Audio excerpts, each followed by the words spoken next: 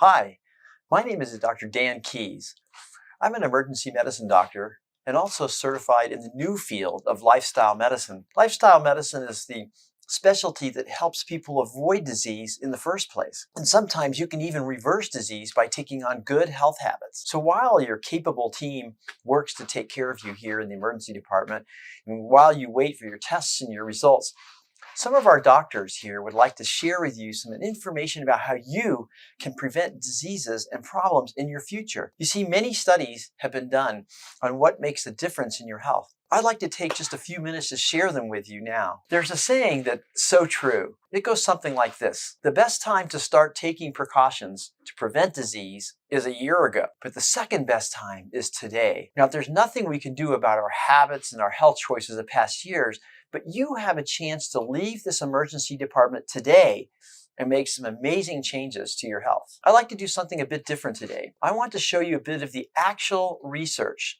so you can see that this is real science, and that can make a big difference for you. Take a look at this research report. These two bars compare what our healthcare system does for health and what your lifestyle choices can do. And what you do, the choices that you make, are about 4 times more powerful than the things we doctors and other practitioners do for your health. I'm definitely glad that you're here to be checked out today. Of course, it's good to have a top-notch healthcare practitioner team when you need them. And thankfully, many of the amazing advances in medicine have been made, and healthcare in recent years has been improved. But nothing, nothing compares to what you can do by choosing to do the right things for your health. Things like eating safe and healthy foods, doing some exercise, and getting the right kind of sleep. And of course, not smoking cigarettes. Now, some researchers, I'd say some brilliant researchers, got together and looked at data from a very large study in Europe. And they report that if you do just 4 things, you can avoid 80% of chronic diseases. That's 4/5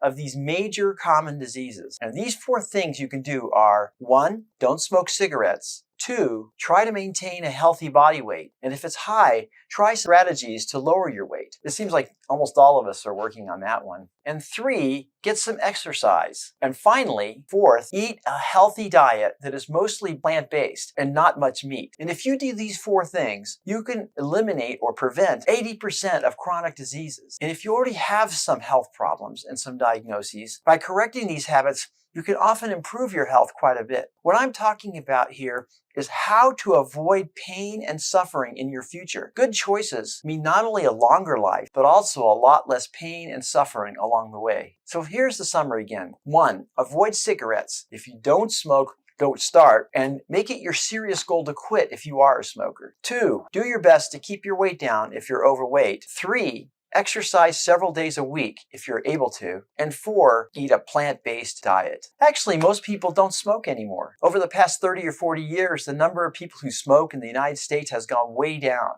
I'm not going to talk much today about the dangers of smoking, but what you should know is that if you smoke, quitting is the most powerful thing you can do for your health. So what if you want to quit? If you want to quit, the question is, what does the research say works? So if you or somebody you know smokes, the research shows that using medicines seems to be the most successful method. There are many types of medicines, and I won't list them all here, but if you smoke, make it a point to talk it over with your primary care provider. Now, also, counseling, either in a group or individually, that's you one-on-one with a counselor, can also help you quit. But actually, the best of all is to combine them together. Medicines plus counseling. This brings the highest success rates of all. Let's talk about diet for a minute. As you can see, I'm going to show you again some scientific evidence. But if you're not a scientist, no need to worry. You should just know that the suggestions we're making here today are widely accepted. They're not controversial. Most health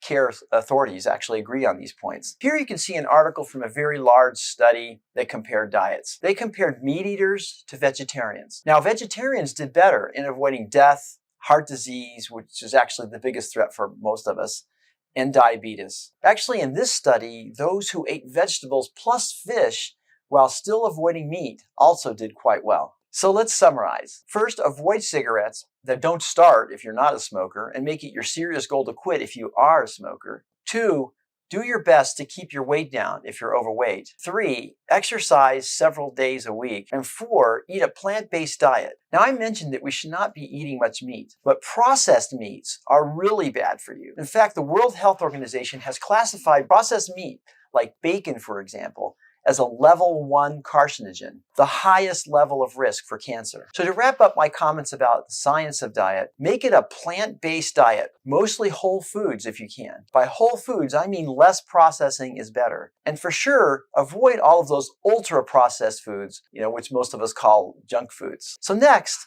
let me show you the scientific evidence about exercise. I don't mean to scare anyone with scientific charts and graphs, but this one really shows the benefit of getting regular exercise. This one shows mortality, death, here on the left, and exercise across the bottom.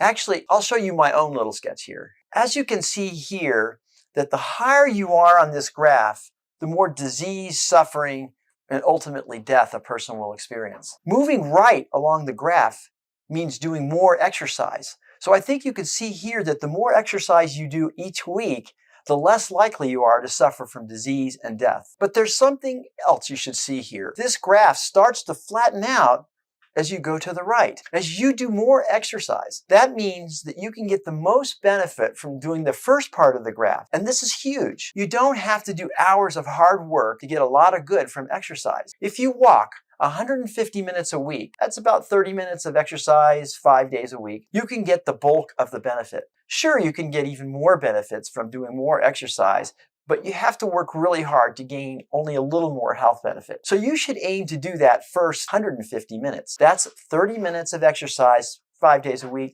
Or you could divide it up differently, say 40 minutes, 4 days a week, whatever way works best for you. But if you start exercising, increase gradually. And if you have any health conditions, be sure to ask your doctor how to get started doing exercise and what is actually safe. Now let's talk about sleep. Actually, sleep was not mentioned in that study I shared with you earlier. But you'll see here that it's good science to say that sleep is also very important. Many of us have a hard time with this. This is another medical research article. Now, this one being presented by the American Heart Association.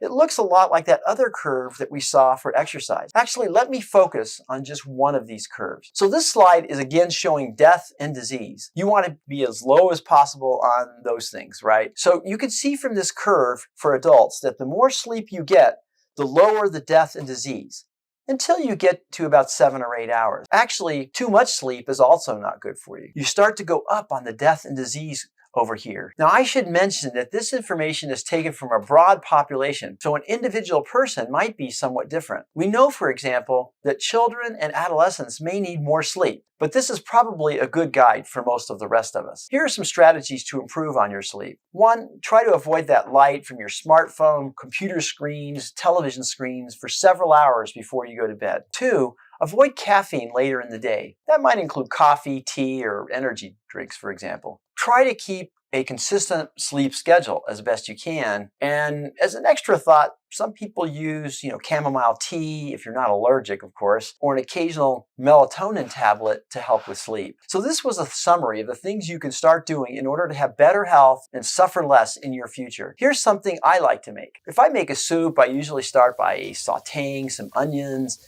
and then I throw those in. I throw some carrots in after cutting them up. Then I add water and bring it to a boil. Then I'll add some celery that I've cut up and then some quinoa. You can also, maybe you could do rice instead if you like that. And this helps fill you up. Now, then I add some split peas or you could put in some lentils. And these are full of protein and fiber. And then stir everything and boil. Oh, and add some spices like garlic powder and maybe a touch of turmeric, and then serve it with some, brown rice or quinoa. So thank you for your time and interest in this short video. I just like to say that you are worth it. You deserve good health. Remember, even if you have some health conditions already, changes like these can sometimes reverse disease. And for sure, they can almost always help keep it from getting worse. If you already have specific medical conditions, then be sure to discuss them with your doctor or practitioner before you get started. So if you have any questions about what you've seen here, be sure to ask the doctor or practitioner when they come back. And also, talk about it with your primary care provider. We wish you the best of success in getting started on these changes. Have a great day.